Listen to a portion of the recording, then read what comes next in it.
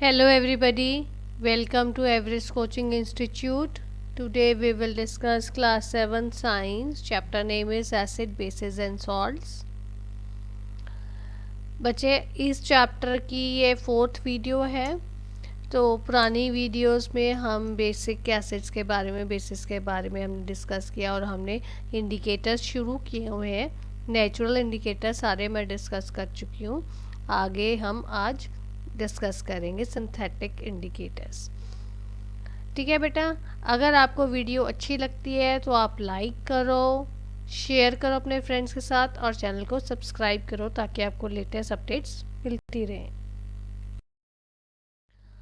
Now come synthetic indicators. अब synthetic indicators क्या होता है? जैसे मैंने आपको अभी बताया कि सिंथेटिक इंडिकेटर्स वो होते हैं जो हमारे लेबॉरेटरीज़ में बनते हैं। वो ये नेचुरल नहीं है, ये हमारे को बनाने ही पड़ते हैं। हम लेबॉरेटरीज़ में जो बनाते हैं इंडिकेटर्स उनको हम सिंथेटिक इंडिकेटर्स कहते हैं। ठीक है, सबसे पहले इंडिकेटर आता है सिंथेटिक इंडिकेटर फिनॉल फथलीन। फिनॉल फथलीन एक सिंथेटिक इंडिकेटर है। ये ऐसा इंडिकेटर है अगर जो आप एसिडिक सॉल्यूशन में डालोगे तो ये कलरलेस होगा। ओरिजिनली ये कलरलेस होता है, ट्रांसपेरेंट पानी जैसा होता है। और अगर आप इसको एसिडिक सॉल्यूशन में डालते हो तब भी ये वैसा ही सेम रहता है, पानी जैसा। और अगर आप इसको बेसिक सॉल्यूशन में डालते हो तो ये पिंक कलर का हो जाता है। ठीक है बेटा, अभी देखो इसकी मैंने आपको पिक लगाई हुई है। ये तो ये देखो, ये एसिडिक सोल्यूशन, ये फिनॉल्फथलीन है, ये जो आपका ट्रांसपेरेंट है। इसको अब हमने एसिडिक सोल्यूशन में डाला तो ये देखो पानी जैसा ही है, कलर चेंज नहीं हुआ। और अगर हम इसको बेसिक सोल्यूशन में डालेंगे तो इसका कलर पिंक हो गया। तो ये इंडिकेटर्स की कुछ प्रॉपर्टीज होती है। सारे इंडिकेटर्स में कुछ ना कुछ होता है। अगर आप उसको एसिडिक सोल्यूशन में डालोगे तो कुछ होगा, बेसिक सोल्यूशन में डालोगे तो कुछ होगा, जैसे हमने नेचुरल इंडिकेटर्स में डिस्कस किया। इन द सेम वे हम अब सिंथेटिक इंडिकेटर्स में देख रहे हैं। तो ये आपको मैंने बताया फिनॉल्फथलीन का। ठीक है, इंडिकेटर पे जाते हैं जो है हमारा मिथाइल ऑरेंज। मिथाइल ऑरेंज भी हमारा एक सिंथेटिक इंडिकेटर है जो हम लैबोरेटरीज में बनाते हैं। ठीक है, ये ओरिजिनली जैसे उसका नाम सजेस्ट कर रहा है मिथाइल ऑरेंज, तो ये ऑरेंज कलर का होता है। ठीक है, अगर आप इसको एसिडिक सोल्यूशन में डालते हो, एसिडिक मीडियम में डालते हो तो ये रेड कलर का हो जाता है। ऑरेंज का कलर रेड हो जाता है एसिडिक सोल्यूशन में। और अगर आप इसको बेसिक सोल्यूशन में डालते हो तो ये ऑरेंज से आपका येलो कलर हो जाता है। राइट, तो ये इसी कुछ प्रॉपर्टी है मिथाइल ऑरेंज की, जिससे आपको पता चल जाता है कि ये जो सोल्यूशन है ये एसिडिक है या बेसिक है। अगर उसका कलर रेड होता है तो वो एसिडिक सोल्यूशन है, और अगर उसका कलर येलो हो जाता है तो बेसिक सोल्यूशन है। ओरिजिनली इसका ऑरेंज कलर है। ये मैं आपको एक इससे समझा रही हूँ। अभी आपको मैंने ओरली आपको समझाया, अब मैं आपको इसको एक से वीडियो से समझा रही हूँ। ये देखो, एसिडिक सोल्यूशन ऑरेंज कलर का है, एसिड में डाला तो वो रेड कलर का हो गया और बेस में डाला तो वो ऑरेंज कलर का हो गया। हमने यही चीज़ डिस्कस किया ना, पहले वो ऑरेंज कलर का एसिड में डालते ही वो कलर रेड हो जाता है और बेस में डालते ही ऑरेंज का येलो कलर हो जाता है। ठीक है, तो ये था आपका। अब हम डिस्कस करेंगे characteristics of acids and bases. अभी तक हमने इंडिकेटर्स पढ़े, नेचुरल और सिंथेटिक इंडिकेटर्स के बारे में पढ़ा। अब हम कैरेक्टरिस्टिक्स पढ़ेंगे एसिड्स और बेसिस के। बेसिकली बेटा ये जो कैरेक्टरिस्टिक्स है, ये आपको अगर आप क्वेश्चन आपको डिफरेंस का आ जाता है एसिड और बेसिस में, तब भी आपने यही आंसर लिखना है। ठीक है, तो इसको डिस्कस करते हैं। मैंने एसिड्स और बेसिस को जो कैरेक्टरिस्टिक्स बताए हैं on the basis of the properties बताए हैं। अब जैसे पहली प्रॉपर्टी आती है टेस्ट की। एसिड आपको मैंने स्टार्टिंग में बताया था, एसिड जो है सोर इन टेस्ट है और जो आपके बेसिस है वो बिटर इन टेस्ट है।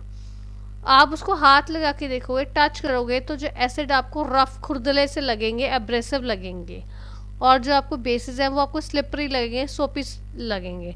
जैसे सोपी टेक्सचर आता है ना आपका, वो बेसिस में आएगा और एसिड्स में आपका रफ टेक्सचर या एब्रेसिव टेक्सचर आएगा।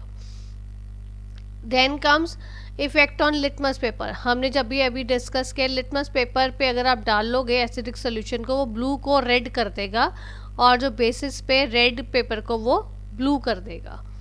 ठीक है, और चाइना रोज सोल्यूशन के ऊपर क्या हमारा इफ़ेक्ट होता है, चाइना रोज़ के ऊपर ये जो है, अगर हम एसिड के ऊपर चाइना रोज़ सोल्यूशन डालते हैं तो वो हमारा डार्क पिंक या मेजेंटा कलर में चेंज हो जाता है, और अगर हम उसको बेसिक सोल्यूशन के ऊपर डालते हैं तो वो आपका ग्रीन कलर में चेंज हो जाता है। Then comes effect on turmeric paper. Turmeric paper के ऊपर क्या फ़र्क पड़ता है, एसिड में कोई चेंज नहीं आता, वो येलो का येलो ही रहता है। टर्मरिक येलो कलर की होती है ना, वो येलो का येलो कलर ही रहता है। और जो बेसिक है, बेस में yellow turmeric paper yellow colour से रेड कलर में चेंज हो जाता है। नाउ ये तो था हमारे नेचुरल इंडिकेटर्स के बिहाफ पे हमने डिफरेंस किया या करेक्टरिस्टिक्स फीचर्स बताए हैं एसिड और बेसिस के। अब जो आती है बारी वो हमारी आती है सिंथेटिक इंडिकेटर्स की। अब जैसे फिनॉल फथलीन के ऊपर क्या इफेक्ट है, एसिड का कलरलेस, कोई कलर चेंज नहीं होता, वो ट्रांसपेरेंट है तो ट्रांसपेरेंट ही रहता है, और बेस के ऊपर वो पिंक कलर का हो जाता है।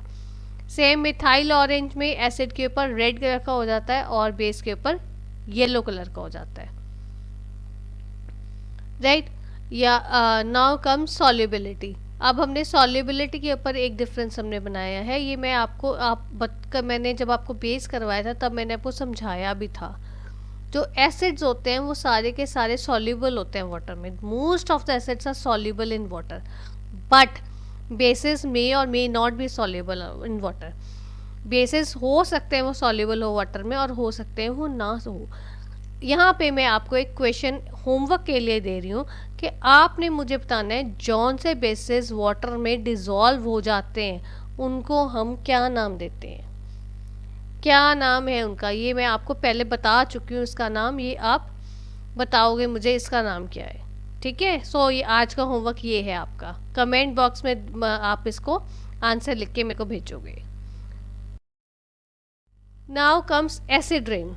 अब आती है बारी एसिड रेन की। एसिड रेन क्या होती है, अब देखो एसिड रेन आपने कभी सुना होगा, आपने कभी देखा भी होगा कि जो शुरू बारिश होती है हमारी, शुरू में कहते हैं बारिश हमारी अच्छी नहीं होती, पर थोड़ी देर बाद में बारिश हमारी अच्छी होती है। So this is your purest form of water होता है पानी का, बारिश का जो पानी हमारे को मिलता है, बट फॉर द स्टार्टिंग के कुछ टाइम के लिए वो हमारा प्योर नहीं होता। अब वो क्यों, वो हम डिस्कस करते हैं, वहाँ पे कॉन्सेप्ट हमारा आता है एसिड रेन का। अब देखो जो आपकी इंडस्ट्रीज हैं या ऑटोमोबाइल्स हैं, ये आपकी carbon dioxide gas, sulphur dioxide gas और नाइट्रोजन डाइऑक्साइड गैस छोड़ते हैं, ठीक है। ऑटोमोबाइल्स भी छोड़ती हैं और इंडस्ट्रीज भी छोड़ती हैं, ये सारी गैसेस पॉल्यूशन ही है ना, जिसके कारण हमारा एयर पॉल्यूशन होता है। तो ये जब पॉल्यूटेंट्स जो हैं, ये जो गैसेस जब ये राइज होती हैं ऊपर एटमॉस्फेयर में जाती हैं, एटमॉस्फेयर में जाके मिलती हैं, अगर हमारी बारिश होती है, हमारा एटमॉस्फेयर क्लीन नहीं है, पॉल्यूशन से भरा हुआ है, गैसेस उसमें हैं, तो जब हमारी बारिश होती है आपकी, तो वो बारिश के साथ जब वो रिएक्ट करेंगी आपकी गैसेस, तो आपकी फिर कार्बोनिक एसिड, सल्फ्यूरिक एसिड और नाइट्रिक एसिड बन जाती है।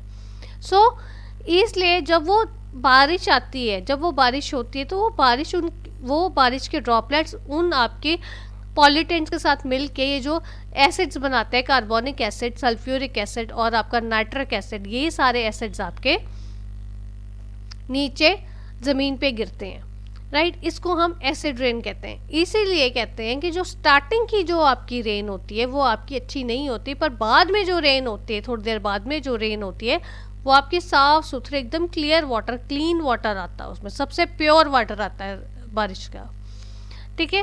अब ये देखो जो हमने एसिड रेन का कॉन्सेप्ट मैंने आपको समझाया, इसका क्या असर हो रहा है, इम्पैक्ट क्या पड़ रहा है। अब जो आपके हिस्टोरिकल मॉन्यूमेंट्स है, जैसे ताजमहल है या और बहुत सारे मॉन्यूमेंट्स, अब देखो ताजमहल की एग्जांपल देती हूँ मैं आपको।